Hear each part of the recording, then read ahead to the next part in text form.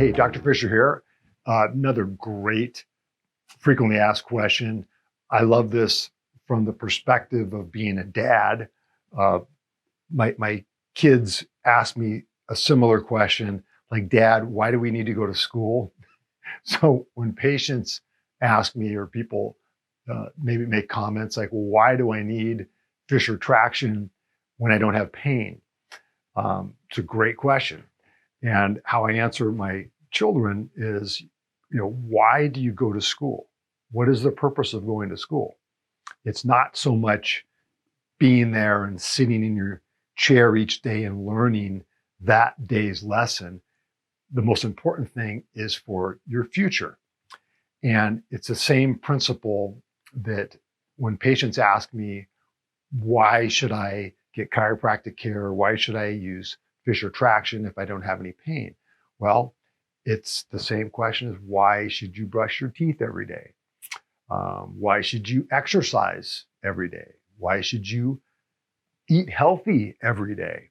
It's not for just now, it's for the future. It's the same questions. Why would you prevent things from happening? Why would you plan ahead to prevent problems from being larger problems in your life? Probably one of the biggest issues that we have as a human being on this planet is the force of gravity. It is there every day, no matter what. It's like Father Time. Father Time is undefeated. Gravity is undefeated. It's always there pushing down on our spines. And the largest effect that gravity has on us, for the most part, from a spinal issue, is what we call degeneration. And degeneration is the dehydration or the compression down on your spine, always trying to crush and push down on your discs.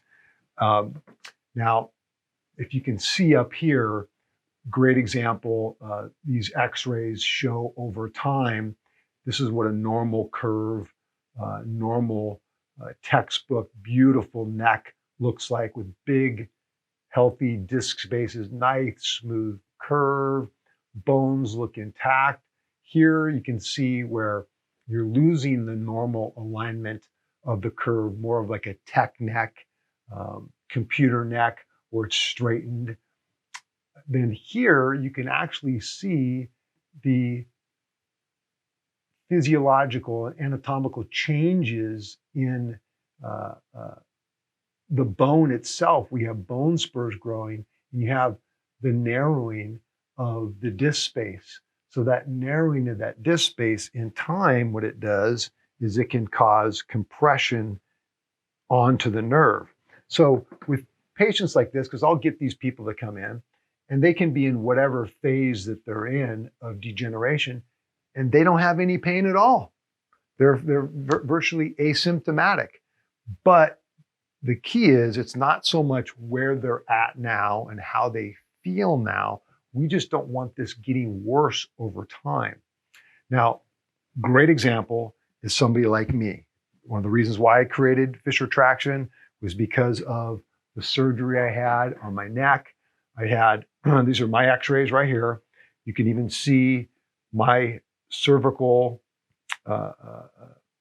decompression, my surgical decompression surgery that I had, where you can see the screws and the little metal plate that they stuck on the front of my vertebral bodies, and they put the screws in to hold up my disc space to keep the nerve root in the back portion of my neck open. Now, if you look at this, that's not normal. And do I have pain? Not really. But does somebody like this, do they need treatment? Absolutely 100%. I need treatment. Basically weekly, I need to do some form of decompression, because as you can see, my discs below and my discs above are still healthy. And even here, you can see where my nerve roots, they're not too bad. These guys up here are nice and big. This one, it's getting a little smaller. So somebody like me, I'm a perfect example. I constantly need some form of decompression, lifting and separating the bones so my nerves can come out. But the most important thing, so my discs stay healthy. The whole principle behind decompression is the desired result of getting traction in a proper way.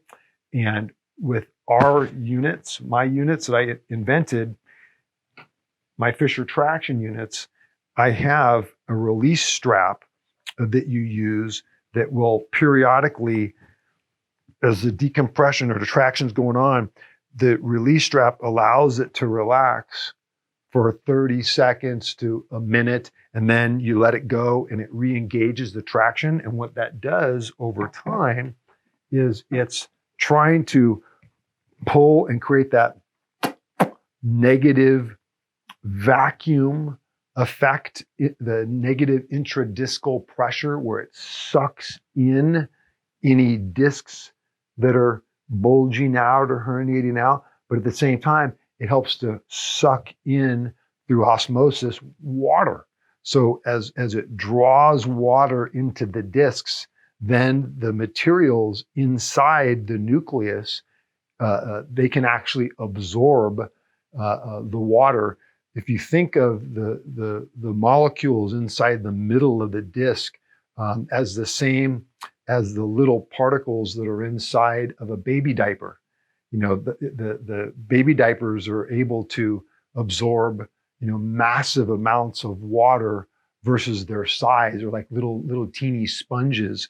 Well, inside our discs, inside of our nucleus, we have very similar materials that can absorb that water and retain it. So the decompression, that pumping action in the resting phase, allows water to be drawn in, and then the disc to hold the water, so it rehydrates the discs. So what it's doing is it's combating against gravity in two different ways. One, it's eliminating gravity and actually has a negative gravity effect because it's sucking in and retracting back the disc material as far as it can, for one. Then two is it helps to absorb water, so it rehydrates the disc.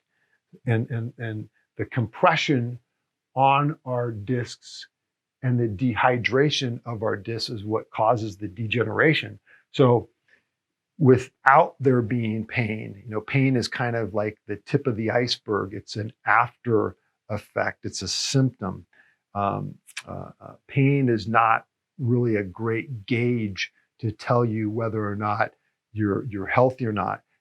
Unfortunately, so many people have had cancer, and patients that have cancer, they didn't even know they had it until their maybe tumor grew to be so large that it finally started to affect normal body function. I'm not saying that degeneration is on that magnitude of severity, but it's very similar in that it's a slow, effect disease process that happens over time. It's like when you see the little old people, with the hunchbacks, that didn't happen overnight. That was a slow, long process of neglect for the most part. So decompression, traction, Fisher traction is actually a vital component to help prevent and maintain spinal health over time. And, you can ask, old guys like me, you can ask your parents, your grandparents, your great-grandparents, that if we knew some of the things that we know now that we could have prevented, back in the day, we could have prevented some of the problems that we have now, gosh, it would have been, great to know that. And I think as the saying goes, what is it? An ounce of prevention is equals a pound of cure. It's the same principles. So Fisher traction is definitely a vital component for us as humans on planet Earth fighting gravity to help prevent problems from the future from happening.